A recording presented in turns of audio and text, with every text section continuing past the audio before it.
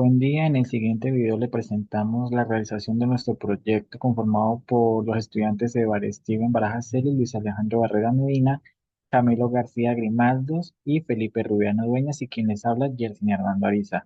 Somos estudiantes de las Unidades Tecnológicas de Santander y actualmente cursamos el curso de electromagnetismo.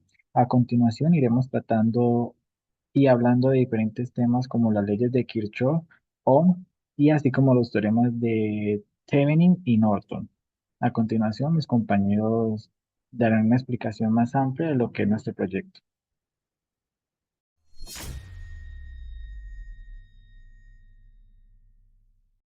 Buenas, el día de hoy vengo a explicar los diferentes circuitos que vamos para elaborar. En la elaboración de los diferentes circuitos, primero vamos a hacer la ley de Ohm, después vamos a hacer la ley de Kirchhoff y los últimos son los teoremas de Norton. Vamos a empezar por los materiales en general que necesitamos. Necesitamos un multímetro, necesitamos una protoboard y la resistencia. Las recomendaciones de las resistencias dependiendo a cuánto potencial o voltaje usted le va a aplicar a la fuente. En este caso, como es una fuente de 9 voltios, pues la gracia es coger una resistencia más pequeña. Ahora voy a explicar de la ley de Ohm. ¿Qué me dice la ley de Ohm? La ley de Ohm es principalmente para entender los circuitos teóricos fundamentales, en donde me dice que el diferencial de potencial eléctrico o voltaje que se le aplica a los extremos de un conductor es directamente proporcional a ¿qué? A la corriente. La variable que aparece como R, que R es la resistencia, es una variable que va a ser proporcional dependiendo ya sea la corriente o de voltaje. Acá nos vamos a concentrar en ambos dos circuitos, uno en serie y uno en paralelo. Acá está armado el circuito en serie, donde el circuito en serie, en una característica de ella es que las corrientes va a ser igual en cada resistor, pero el voltaje es lo que cambia. Entonces nosotros lo vamos a calcular. Una vez de pronto ya calculado, vamos a hacer una gráfica de tendencia como tanto en Y, que va a ser que los valores de voltaje, y en X, que va a ser 1 sobre R, para comprobar y decir que la resistencia es inversamente proporcional a la corriente. Entonces vamos paso a paso. Primero encendemos el multímetro, lo encendemos, acá lo conectamos, el rojito acá, y acá nos conectamos donde dice voltios. Una vez conectados, ¿qué hacemos? Vamos a medir el voltaje. Si quieren ver a ver cuánto es el voltaje, nos paramos en cualquier resistencia, ya sea en la primera o en la segunda, en este caso la segunda. Entonces nos medimos acá el voltaje.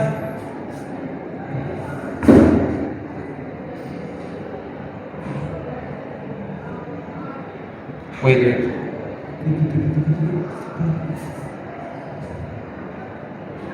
Listo, una vez ya calculado el voltaje en la resistencia que queremos calcular, a este voltaje lo vamos a medir 3 veces. ¿Por qué 3 veces? A este le vamos a sacar un promedio y con esos 3 datos que le vamos a calcular 3 veces a cada resistor le sacamos la desviación estándar. ¿Por qué la desviación estándar? La desviación estándar va a ser como un error. ¿Qué tan alejados se encuentran los valores que tomamos de voltaje de este circuito en serie? Si están muy alejados, se van a alejar de la media, y están muy cercanos, se acercan al promedio del voltaje. Ya después de terminar la ley de Ohm, en la siguiente imagen voy a mostrar la gráfica de cómo quedó el voltaje. El voltaje nos va a dar 0. Donde principalmente nos dio una gráfica de una función lineal declinada, donde el valor de la pendiente es menos 0,89, que esa es la pendiente, la corriente, y el valor que se le suma es el punto de corte en el eje Y, que ese es como el error de aproximación de voltaje. Pero ¿por qué no da negativa la pendiente? ¿Acaso está mal? No está mal. Lo que pasa es que lo medimos en contra de la corriente, entonces no hay como un problema en sí, sino que lo medimos en contra. A continuación voy a analizar ahora el circuito en paralelo. Bueno, ahora voy a presentar el siguiente circuito que le hicimos en paralelo. En este circuito paralelo, en donde principalmente lo armamos con 3 resistores, como decía anteriormente, con resistencia muy pequeñita. ¿Cómo nosotros lo armamos? Lo armamos de la siguiente manera: conectamos jumper del polo negativo hacia donde está el resistor y también lo hacemos del polo positivo hacia donde está el resistor y colocamos esta fuente de Jumper para que funcione el circuito. Una de las principales características que tiene el circuito en serie es que el voltaje es el mismo para todos, pero la corriente que pasa por el circuito en paralelo es diferente en cada resistor. Por eso cuando nosotros lo medimos en serie, en donde nos van a dar unos valores. Esos valores nos van a representar una función lineal, que esa función lineal es que la corriente es inversamente proporcional a la resistencia y directamente proporcional a ¿qué? Al voltaje o a la diferencia de potencial eléctrico que le aplicamos al circuito. Con esas gráficas que se ven en Word demostramos la ley de Ohm.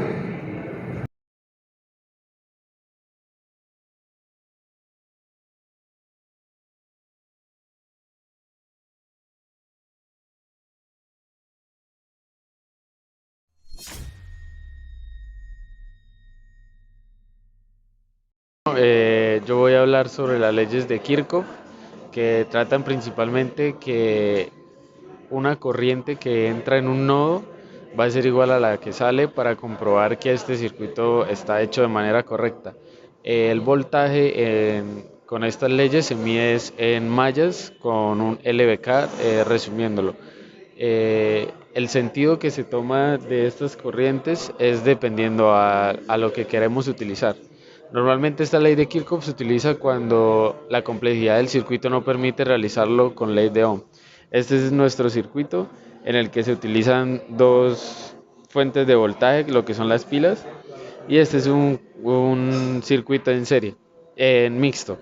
Este tiene tres mallas y asumimos el sentido horario para que la corriente o el voltaje que se va a medir en cada resistencia sea positivo.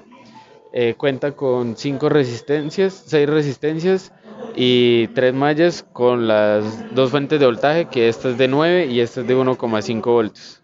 Luego se plantean las ecuaciones en cada malla, se resuelven de manera algebraica y esto va a dar 3 resultados de corriente, que es I1, I2 y 3. Y de manera satisfactoria tenemos el valor de cada voltaje, resistencia y corriente de este circuito.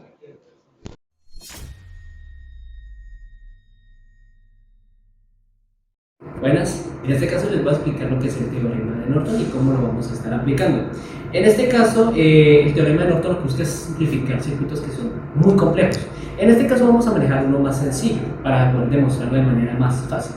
En este caso nosotros vamos a utilizar un circuito en paralelo que fue anteriormente utilizado para la ley de Ohm. Entonces, necesitamos dos cosas muy fundamentales para poder desarrollar este teorema. ¿Cuáles? Vamos a necesitar hallar la corriente de Norton y la resistencia de Norton. ¿Para qué? Para hallar un circuito equivalente. Entonces, para nosotros hallar nuestras corrientes y resistencias, vamos a hacer dos procesos. ¿Cuáles? Vamos a abrir una resistencia temporalmente, es como sencillamente si no existiera por un momento, que va a ser en este caso nuestra resistencia 3. Sencillamente es como si no existiera. Y también vamos a cortocircuitar lo que es nuestro voltaje, o sea, nuestra batería. ¿Para qué? Para hallar nuestra corriente. Ahora bien, ¿cómo hallamos mi resistencia de Norton? Sencillamente vamos a sumar resistencias. ¿Cuáles? La 3 no, porque esa va a ser la resistencia que estamos observando, la que vamos a quitar temporalmente. Entonces vamos a sumar la primera y la segunda. ¿Pero cómo? Como es un circuito en paralelo, la suma de estas debe ser las inversas. ¿Cómo así? Por ejemplo, sería 1 dividido por la resistencia 1 más 1 dividido la resistencia 2. ¿Estas resistencias cuáles son? La resistencia 1 es 4,7 ohmios y la resistencia 2 son 3 ohmios. Cuando nosotros hagamos esta suma, nuestra resistencia de Norton equivaldría a lo que es 1,831 ohmios. Listo, tenemos nuestra resistencia. Ahora sencillamente vamos a hallar lo que es mi corriente de Norton. ¿Cómo la hacemos? Es una división. ¿Cuál? Del voltaje de mi batería dividido por esta resistencia anteriormente mencionada, la de Norton. ¿Cuáles son los valores? Mi voltaje de esta batería es de 9 voltios y mi resistencia de Norton, como ya anteriormente mencioné, es 1,831 ohmios. Cuando nosotros hagamos esta operación, nos va a dar nuestra corriente de Norton. ¿Cuál es? La corriente de Norton equivale a 4,91 ohmios. Listo, tenemos nuestros valores. Pero ¿cómo se grafica entonces este circuito para que sea el circuito de Norton? Sencillamente, como van a poder ver acá, es como nosotros esta corriente 3 la vamos a dejar quietica, volvemos a dejarla en el circuito. Estas dos corrientes se van a convertir en una sola, estas dos resistencias se van a convertir en una sola resistencia, que es la resistencia de Norton, que la podemos dar como Rn, que ya anteriormente les mencioné el valor, que es equivalente a 1,831 ohmios. Y en este caso, que es la posición de mi batería, va a ir la corriente. ¿Cómo? En el proyecto van a ver que es un círculo mencionando con una flecha. Esa flecha o esa corriente de Norton, como ya anteriormente mencioné, equivale a 4,91 amperios. Por lo tanto, quedarían dos circuitos, el equivalente de Norton y el circuito base.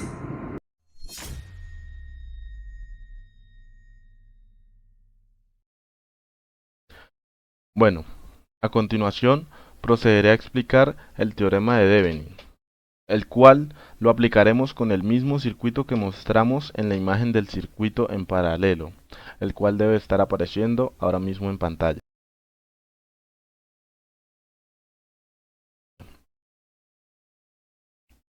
El teorema de Thevenin es una poderosa herramienta de análisis que nos permite simplificar la red eléctrica vista desde los terminales A y B, donde actualmente no se encuentra la resistencia R2, que la consideraremos la carga.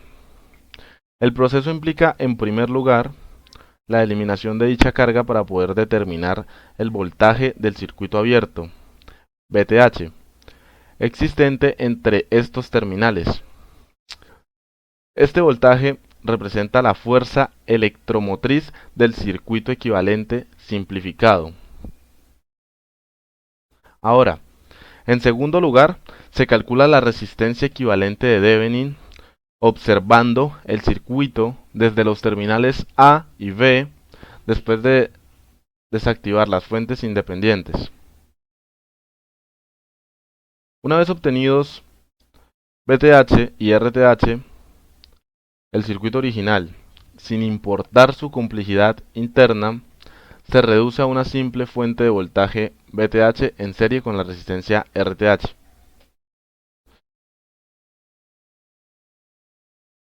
Por siguiente, al retirar R2, el circuito se reduce a la fuente de 9 voltios en serie con R1 y R3. El voltaje de Thevenin es el que aparece entre los extremos donde estaba R2, es decir, el voltaje que cae en R3, como R1 y R3 forman un divisor de voltaje, no es igual a los 9 voltios de la fuente.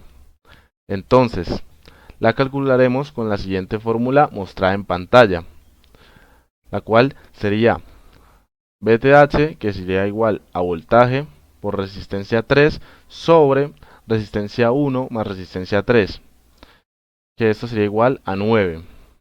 Reemplazando, entonces pondríamos los valores de las resistencias en la fórmula, y esto nos daría 4.68 voltios.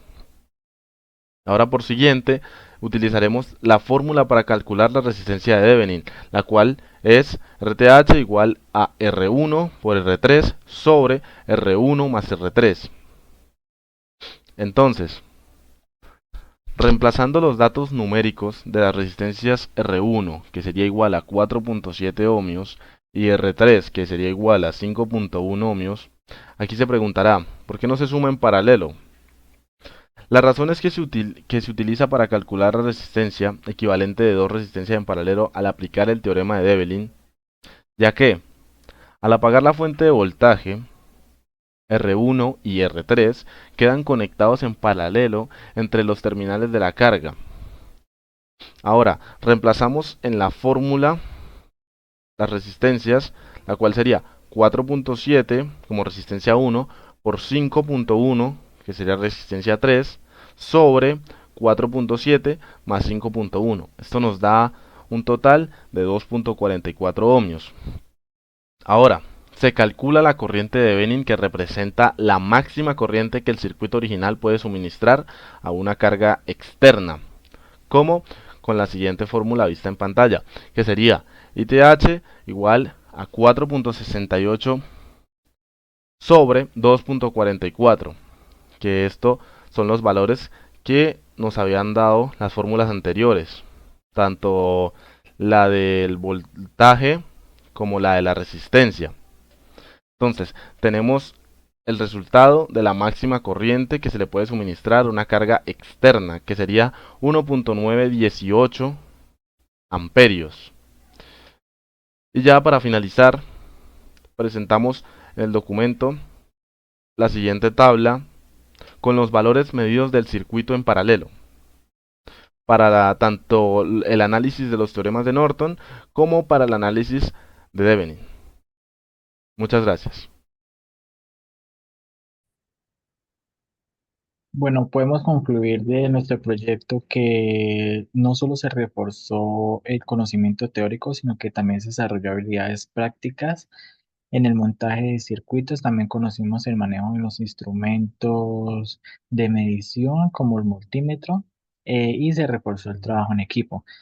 A través del análisis y aplicación de las leyes de Kirchhoff, logramos descomponer y resolver circuitos eléctricos complejos y sencillos mediante el uso de mallas y nodos. Aquí confirmamos la conservación de la energía y la carga eléctrica entre los sistemas estudiados.